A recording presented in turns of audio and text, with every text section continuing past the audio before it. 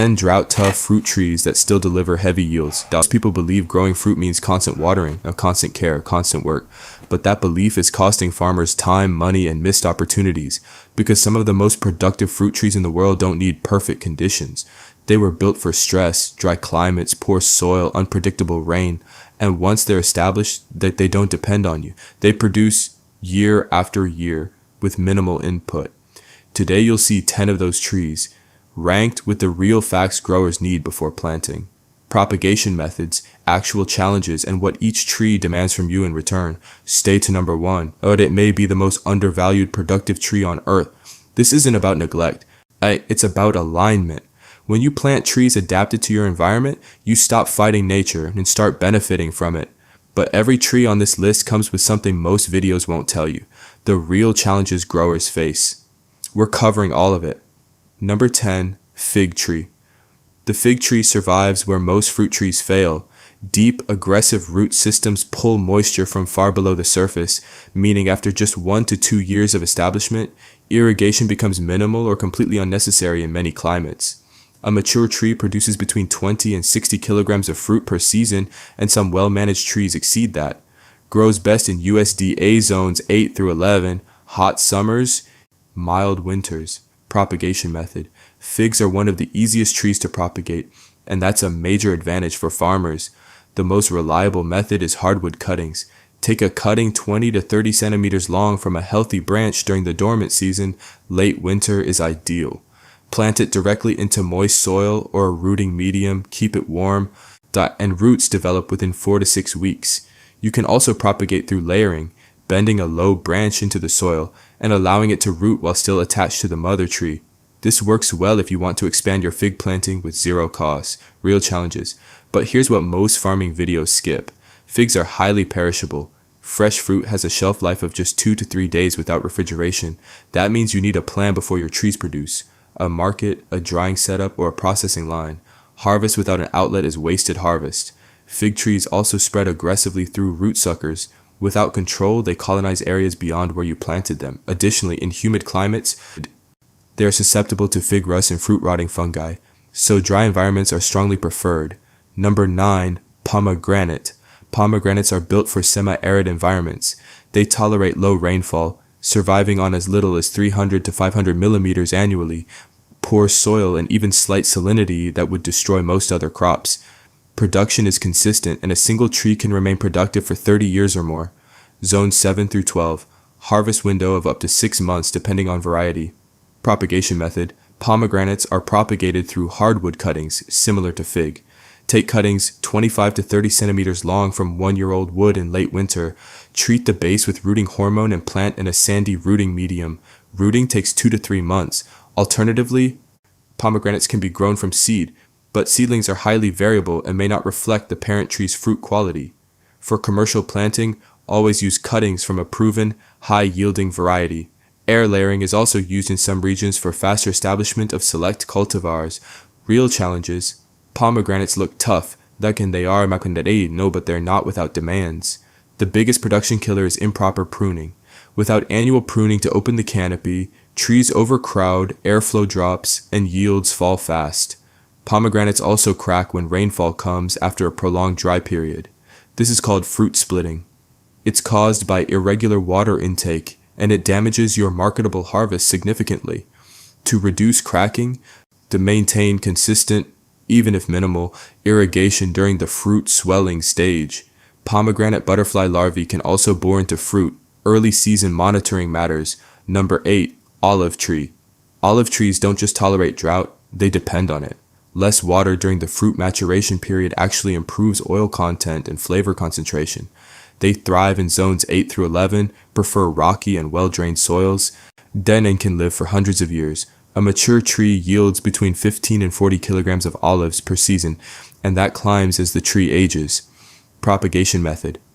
Olives are most commonly propagated through semi-hardwood cuttings taken in summer. Cuttings 15 to 20 centimeters long are treated with rooting hormone and placed in a misted propagation environment. Rooting takes 6 to 8 weeks under warm conditions. Olives can also be grown from hardwood cuttings in late winter, though rooting is slower. Another traditional method is stump grafting. grafting improved commercial varieties onto established wild olive rootstock. This dramatically reduces the time to production. Avoid growing olives from seed for commercial purposes. They're slow, unreliable, and variable in quality. Real challenges. Olive growing tests patience in ways most growers underestimate. From planting to meaningful production takes 5 to 10 years. Some varieties take even longer to hit peak output. Olive fruit fly is the most damaging pest globally for olive growers. It burrows into fruit, destroys pulp, and increases oil acidity, destroying market value. Monitoring and early intervention with traps or targeted sprays is non-negotiable.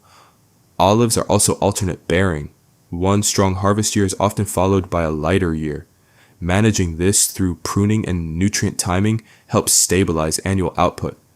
And finally, processing. Raw olives are bitter and inedible. You need curing, pressing, or processing infrastructure before you can sell anything. Number 7, Jujube. Pay close attention to this one. The Jujube tree may have the widest climate tolerance of any fruit tree on this list. It survives temperatures from negative 15 degrees Celsius in winter to 55 degrees Celsius in summer. Drought, flooding, wind, alkaline soil. It handles all of them. A mature tree yields between 40 and 60 kilograms of fruit per season. Fresh jujubes taste like apple. Dried, they become chewy and sweet, similar to dates. Propagation method. Jujube is typically propagated by root suckers, which the tree produces naturally and abundantly. Simply dig up a healthy sucker with roots attached and transplant it. It's one of the easiest propagation methods of any tree on this list.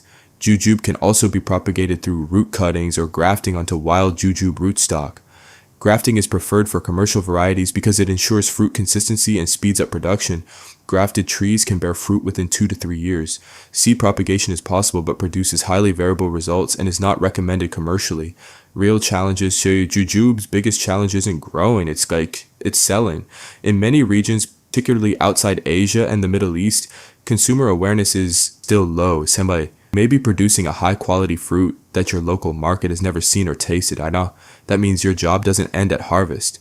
You need to educate buyers, build branding, or target specialty and health food markets.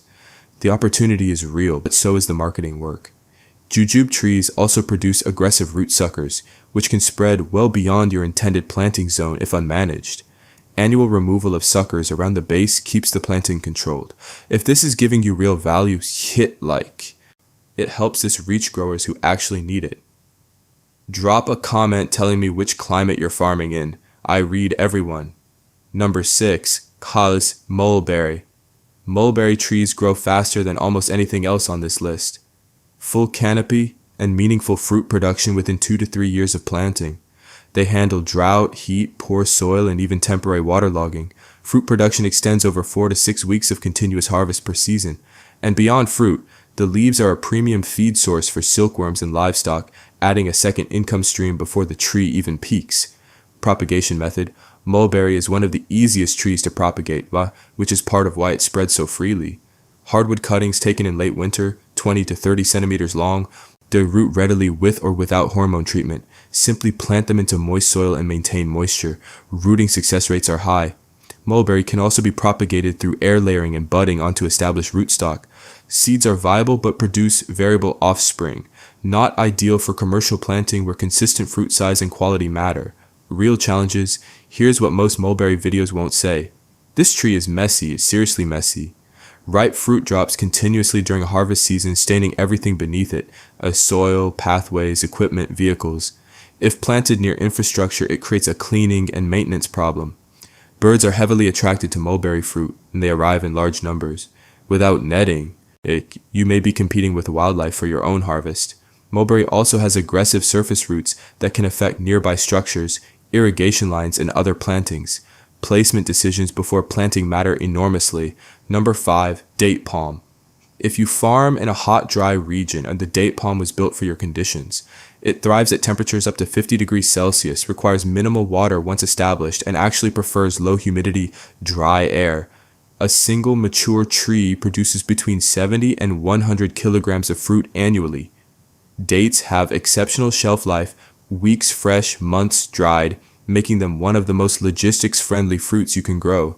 The global date market is expanding, now but driven by health food trends and rising demand in export markets. Propagation method. Date palms are propagated through offshoots, also called pups or suckers, that grow at the base of mature trees. These offshoots are separated when they reach 10 to 15 kilograms in weight, ideally between 3 and 6 years of age. Offshoots transplant well and maintain the exact genetic characteristics of the mother tree, critical for variety consistency. Date palms can also be grown from seed, but this is not recommended commercially. Seed-grown palms produce 50% male trees, which bear no fruit, and the remaining females may be poor producers. Tissue culture propagation is now widely used in large commercial operations to produce uniform, disease-free female planting material at scale.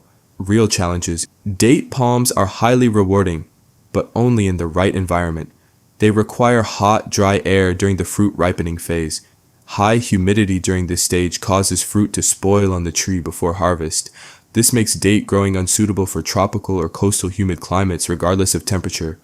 Pollination is also a management task. In nature, wind pollinates date palms, but commercial orchards hand-pollinate female flowers using collected pollen from male trees to guarantee fruit set. This is labor-intensive, time-sensitive, and must happen at exactly the right moment. Finally, harvesting mature date palms requires working at significant height, 10 to 20 meters, which demands proper equipment and trained workers. Number 4, Guava. Guava is one of the fastest fruit trees on this list to reach production. Grafted varieties can begin fruiting within 1 to 2 years. It adapts to a wide range of soils, recovers quickly from drought stress, and yields between 50 and 80 kilograms per tree annually under good management. Strong nutritional profile, high vitamin C, dietary fiber, antioxidants, keeps consumer demand growing in both local and export markets. Propagation method. Guava is propagated through several methods depending on the farmer's goal. For commercial planting, the vegetative propagation is preferred, either through grafting or air layering, to preserve the exact traits of high-yielding parent plants. Air layering is particularly popular. A branch is girdled, wrapped in moist rooting medium, and sealed with plastic film. Roots develop in 3 to 5 weeks, and the rooted branch is then cut and transplanted. Stem cuttings treated with rooting hormone also work well under humid shaded propagation conditions. Seed propagation is used for rootstock production, but is not recommended for commercial fruit planting due to fruit quality variation. Real challenges. Guava's biggest production threat is the fruit fly, specifically the Oriental and Mediterranean fruit fly species. These insects lay eggs inside developing fruit, causing internal rot that appears perfect from the outside. By the time damage is visible, the harvest is already compromised. Protein bait traps, fruit bagging, and targeted management are essential, not optional. Guava is also susceptible to guava wilt disease, caused by a soil fungus, which can kill trees within a season and persist in the soil for years. Site selection, drainage, and resistant variety choice all matter here. And despite its drought tolerance, guava responds strongly to irrigation during fruit development. Completely ignoring water at this stage will reduce fruit size and quality significantly. Number 3, prickly pear. This isn't just a drought-tolerant plant, it's an entire agricultural system. Prickly pear grows in the most degraded, eroded, and low rainfall land on Earth, land that cannot support any other commercial crop. It produces both fruit and edible pads known as nopals, which are a vegetable staple in Mexican cuisine and increasingly popular in international health food markets. No irrigation after establishment, minimal soil requirements, extreme resilience. If you have dry, unused land, this turns it into a producing asset. Propagation. Prickly pear is one of the simplest plants to propagate of anything on this list. Simply cut a healthy, mature pad from an established plant. Allow it to dry for 1 to 2 weeks in a shaded area. This allows the cut surface to callus over and reduces the risk of rotting. Then press the calloused end 5 to 7 centimeters into sandy, well-drained soil. No rooting hormone needed. And roots develop within 3 to 6 weeks. One mother plant can supply dozens of cuttings, making large-scale expansion very low cost. Real challenges. Prickly pear's challenges are almost entirely in the handling, not the growing. The spines are the obvious issue. They're fine, barbed, and nearly invisible, making them far more dangerous than the large outer thorns. Direct skin contact during harvesting without proper gloves and tongs causes embedded spine clusters that are painful and difficult to remove. Processing the fruit, removing spines safely, peeling, extracting juice, requires specific tools and trained workers. Cochineal scale insects are a serious pest, covering pads in white waxy clusters and damaging entire plantings if unmanaged. And while the plant thrives on neglect, the marketing the fruit still requires effort. Prickly pear is unfamiliar to many consumer markets outside of Latin America and North Africa. Number 2. Almond tree. Almonds combine genuine drought tolerance with some of the strongest global market demand of any tree crop. Once fully established after 3 to 4 years, almond trees survive on significantly reduced irrigation compared to most nut crops. A mature tree yields between 10 and 15 kilograms of shelled nuts per season, with premium pricing in both conventional and organic markets. Almond orchards also bloom early and are visually striking and valuable for supporting pollinator populations on the farm. Propagation method: almonds are almost exclusively propagated commercially through budding or grafting onto peach or plum rootstock. The rootstock is grown from seed, and the desired almond variety is budded onto it during the growing season. This combination improves soil adaptability, disease resistance, and earlier bearing compared to own-rooted trees. Grafted almond trees typically begin producing within 3 to 4 years. Seed propagation of almonds is rarely used commercially, but the resulting trees are highly variable and the process is slow. Real challenges: almonds carry a reputation for drought tolerance, and that's earned, but with important conditions. During the critical stages of flowering, nutset, and kernel filling, water stress causes nut drop and poor kernel development. Completely rain-fed almond growing is only realistic in specific Mediterranean-type climates. Pollination is a non-negotiable management requirement. Almonds are almost entirely self-incompatible, meaning a single variety cannot pollinate itself. You must plant at least 2 compatible varieties in your orchard, and bees must be present during the brief flowering window. Many commercial almond growers hire beehives during bloom. It's a real operational cost. Hull rot, shot hole disease, and navel orangeworm are recurring production challenges that require active monitoring. Number 1. Carob Tree.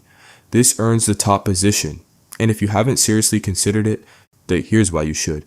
The carob tree is one of the oldest cultivated trees in recorded human history, and it has survived this long for a single reason: it works. No irrigation once mature, no fertilizer needed, thrives in poor, rocky, alkaline soil, produces 100 to 200 kilograms of pods per tree per year. Carob is used as a chocolate substitute, a natural food thickener called locust bean gum, livestock feed, and increasingly in health food products.